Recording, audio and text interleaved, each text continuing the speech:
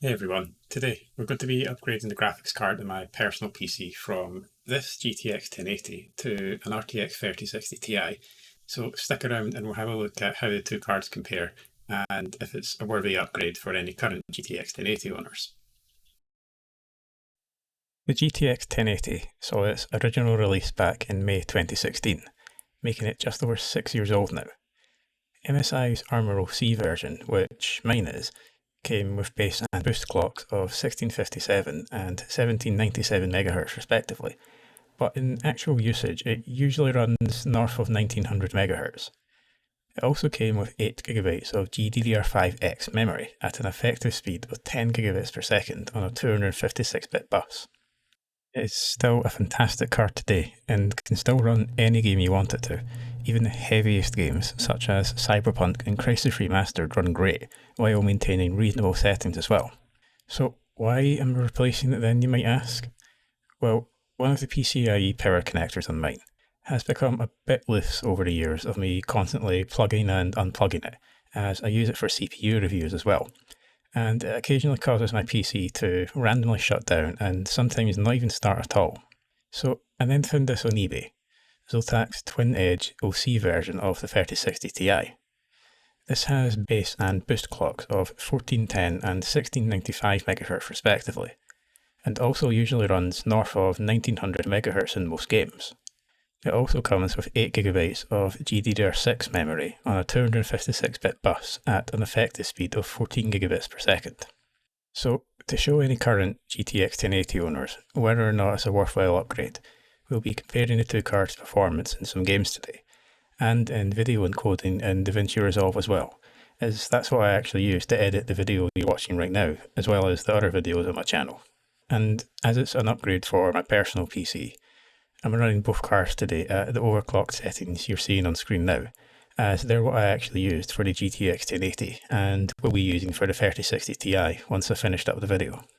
But for now, let's fire into the first of the games today. The test system specs are on screen now, so you can pause the video if you'd like a better look at them.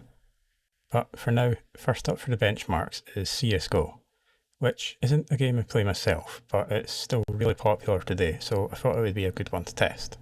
It's running maxed settings at 1080p on both cards here. And something I didn't know prior to testing was that the game has a cap on how high the FPS can go. You can remove this by typing the FPS_max0 command into the developer console, but even then, both cards still manage to hit the game engine's FPS limits. You can see this by how both cards' GPU usage never gets any higher than roughly 85%. This led to pretty much identical performance on both cards throughout the entire test. The only real difference in performance is on the Ancient map, which is one of the harder to run maps in the game. And it's more of a technical one, as you're never actually going to be able to notice a difference. The RTX card generally manages higher FPS throughout, but like I said though, you're never going to notice a difference, as the 1080 still manages the low 300s to over 400 FPS. You can see how similar performance was from the frame time graph on screen just now. The 3060 Ti in orange and the 1080 in green. Both are basically identical, other than each card having a slight hitch that the other one didn't. I also want to add that the 0.1% low for the 3060 Ti isn't representative of actual gameplay, as during testing there weren't any visible stutters at all. Crisis Remastered I thought would be good to include given how heavy it can be on the graphics card. So it should then be able to show off the power the 3060 Ti has over the 1080. I was a bit ambitious with the settings though. Before I did any testing, as I'd never run the game with a high-end GPU before, I ran it on the 1080 at 1080p, with the Can It Run Crisis preset with TAA on and ray tracing disabled, to get an idea of what settings I wanted to use. And the first couple of minutes seemed to run smooth, so I just went with those settings. When I actually got round to benchmarking though, the 1080 seemed to struggle a bit. That said, these settings do still manage to show the 3060 Ti performing significantly better. The GTX 1080 had noticeable micro stuttering throughout, which was made to seem worse by the screen tearing with VSync being off.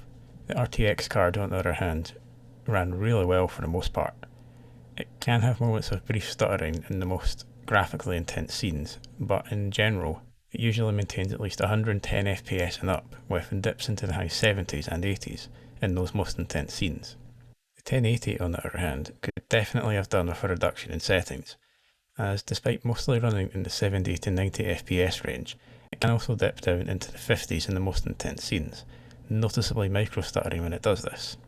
In terms of frame times though, both cards actually had a similar number of hitches, and all to the same sort of severity as well. But despite this, the 3060 Ti does still have a significant advantage over the 1080. In Fortnite, both the 1080 and 3060 Ti perform really well. This is a game I personally play, so I decided to use the settings I use when I'm playing. Those settings being 1080p with epic settings, high shadows, and using the high-res texture DLC in DirectX 11 mode. I'll probably end up using ray tracing though with the 3060 Ti once I'm done with the video, but for fairness I'm using the same settings I used with the 1080. As I said, both GPUs ran the game really well, but the 1080 consistently stuttered a little bit every time I jumped out of the battle bus, and I noticed that whenever this happens, GPU usage plummets every time. This doesn't seem to happen with the 3060 Ti though. Another thing I noticed is that both cards never seem to hit 100% GPU usage either. The 1080 does get into the high 90s at times, but is often below that, and the 3060 Ti generally sits somewhere in the 80s. I don't think it's anything to do with the 1080 or 3060 Ti specifically though, as from what I've seen in other videos, not fully utilising the GPU seems to be quite common in Fortnite. Otherwise, both can have quite minor hitches occasionally, but generally run quite smoothly.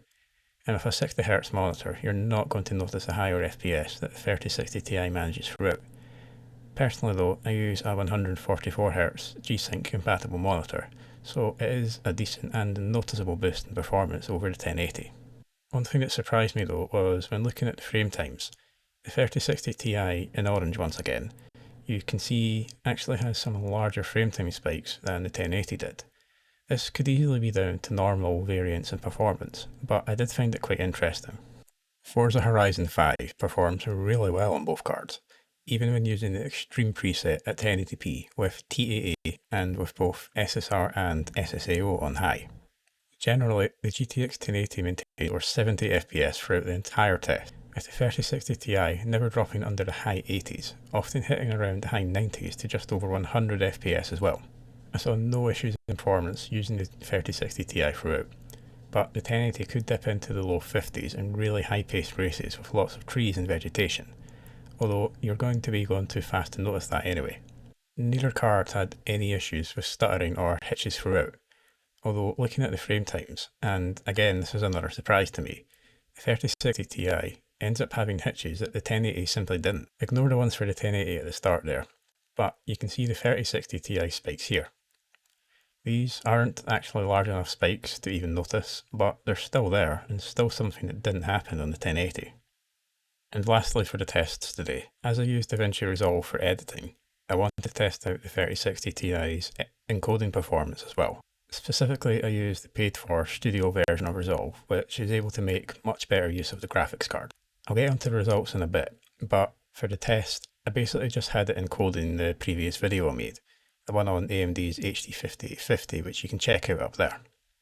That project had various things like colour correction, fades between individual clips, lots of overlays like the ones over the gameplay footage, and specifically in the aerial shots of me speaking at the camera, some temporal noise reduction as well.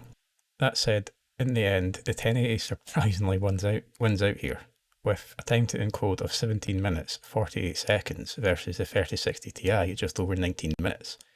And this was with Davinci Resolve Studio 18, so it's not like it's just because an older version of Resolve runs better on older hardware. I was quite surprised that the 3060 Ti was a bit slower, but that could just be specific to my use case though. It could very well be a much different story for other 1080 owners looking to upgrade. So, in conclusion then, the 3060 Ti is a pretty decent upgrade over the GTX 1080 in terms of raw performance. But if all you're doing is playing games at 1080p with a 60Hz monitor, there's really not much point in upgrading. It would be a pretty noticeable step up in performance if you're using a high refresh rate monitor, or if you're playing at 1440p and up though. That said, if you have a 1080 and are happy with the performance it's still giving you, then don't upgrade. as Nvidia's 1080 series still more than holds its own today. If it wasn't for my 1080 having a dodgy power connector, I would still be using it right now. That said, DLSS is also something to consider though. In games that support it, it offers pretty significant boosts in performance for very little degradation in image quality, even if you aren't interested in ray tracing. And in the future, you will only see support for it come to more and more games. For me personally, I'm quite happy with the upgrade. I needed the security of knowing my computer wouldn't randomly shut down because of the dodgy power connector. And in the games I'm playing right now, it does perform a lot better. Plus, I am really enjoying getting to use DLSS and ray tracing as well. So yeah, overall, like I said, I am pretty happy with the upgrade because it does give a decent boost in performance for the games I'm playing currently. Yeah, I don't actually have it in my hands right now. It's in the PC just now, but one of the problems I am having with it is that basically the seller I bought it from said that it had only ever been used as a gaming card, like purely for gaming, for 8 months or a year or so prior to when I actually bought it. Now, I don't exactly think the seller was telling the truth there because, one, it was specifically advertised as the high hash rate card, so the seller at least knows about GPU mining. Also, I needed to immediately change the thermal paste when I got the card because it was so dry, it was like all flaking apart. And temperatures, like it was thermal throttling as soon as you put a load on it. And the fans, when they get up to speed, the bearings make a sort of, I'm not quite sure how to describe the noise, but if anyone has heard what the bearings in a PC fan sound like when they're going, that's what the card sounds like. So it's clearly seen some pretty heavy mining use and not just gaming like the seller actually said. But yeah, that does bring me on to what I have planned for the card next.